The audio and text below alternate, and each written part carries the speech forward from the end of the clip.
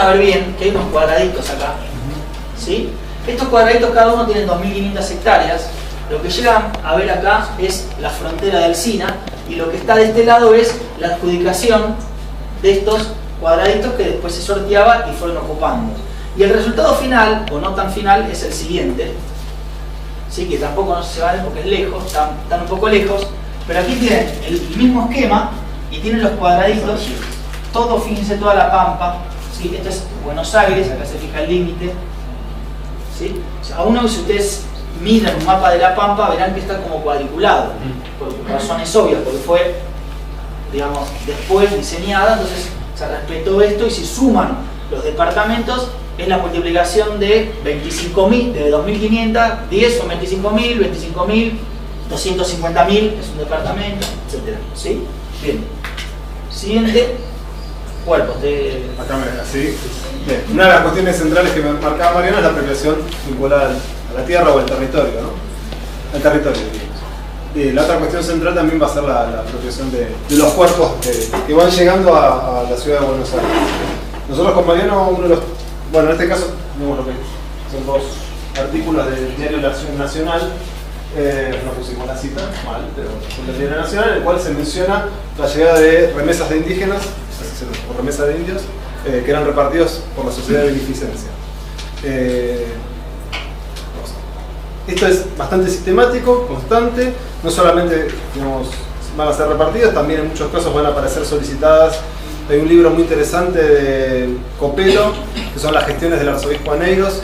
Es un libro del 1944, en el cual se menciona también cuándo son bautizados, dónde son bautizados, en las iglesias más tradicionales de Buenos Aires son llevados los indígenas a bautizar. Bueno, también es parte del reporte del diario, sobre estos anuncios de repartos.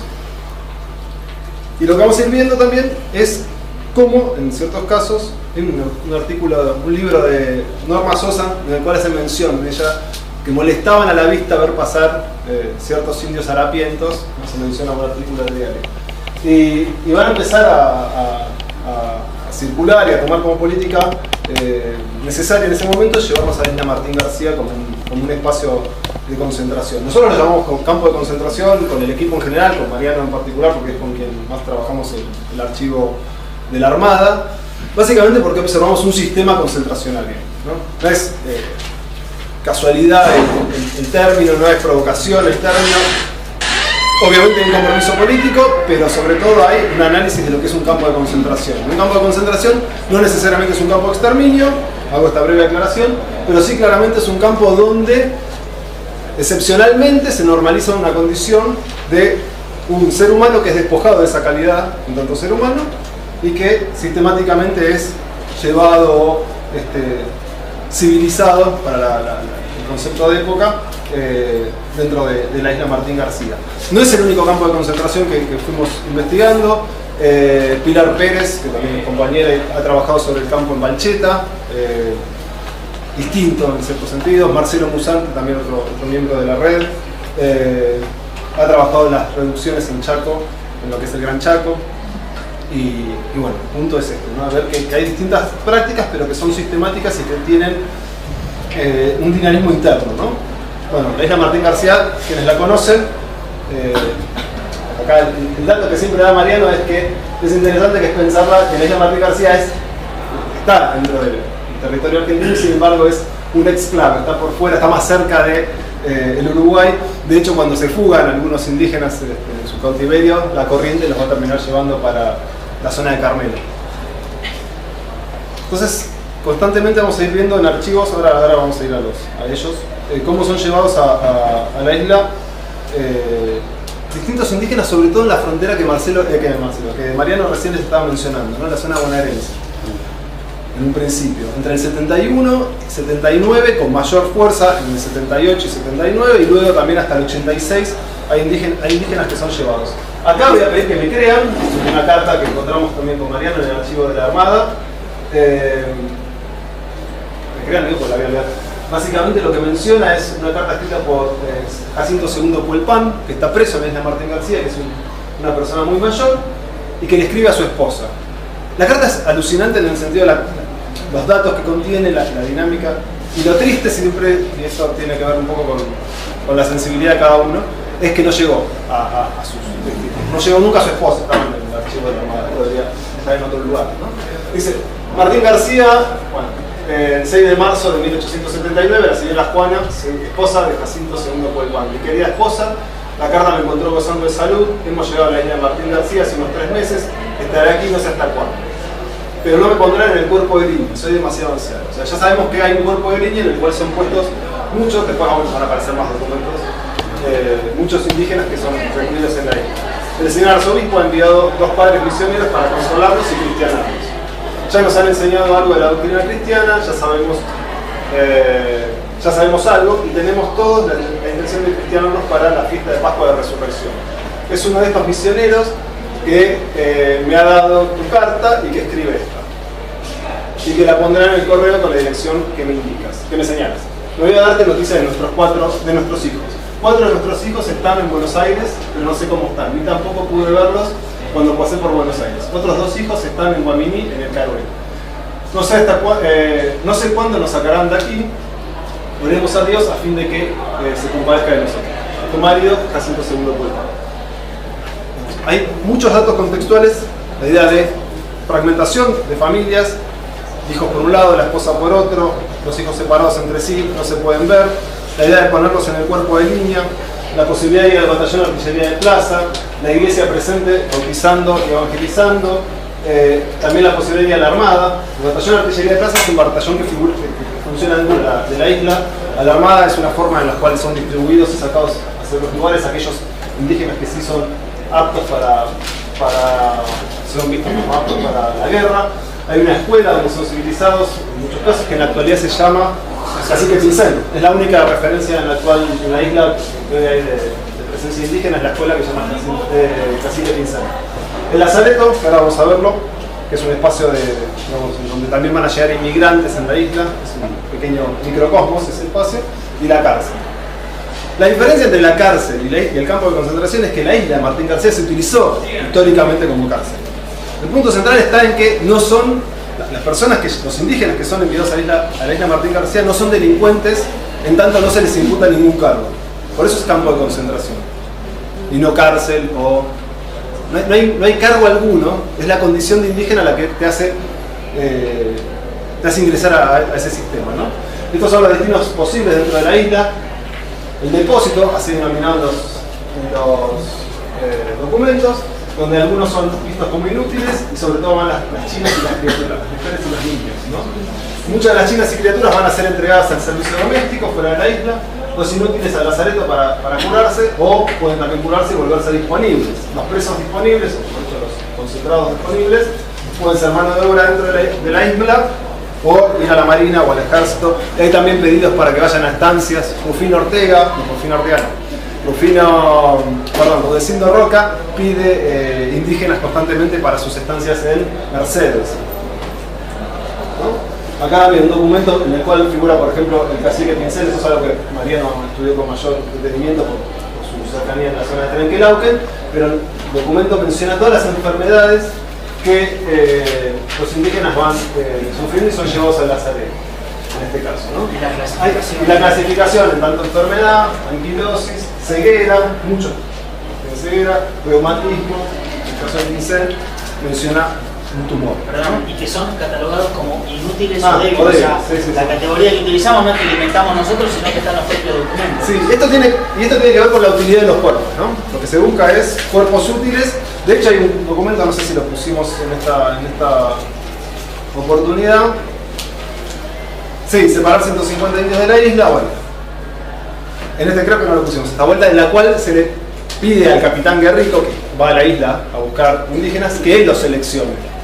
No es que le den cualquiera, sino los que yo considero válidos para la función que le estoy buscando en este caso, ¿no? Tengo orden del señor ministro de Guerra, separar 150 indios en la isla. Esto es entrega de indígenas, en el caso particular para ir a la armada. Indios ranqueles para el depósito, acá está, el teniente coronel don Martín Garrico de la Armada, los cuales serán a elección de este jefe, tiene que elegir él. Todo lo que es repartimientos, hacerse de cuerpos, dividir familias. Esto está dentro de la definición de genocidio, de la definición jurídica de genocidio avalada por la ONU en el 48, en 1948.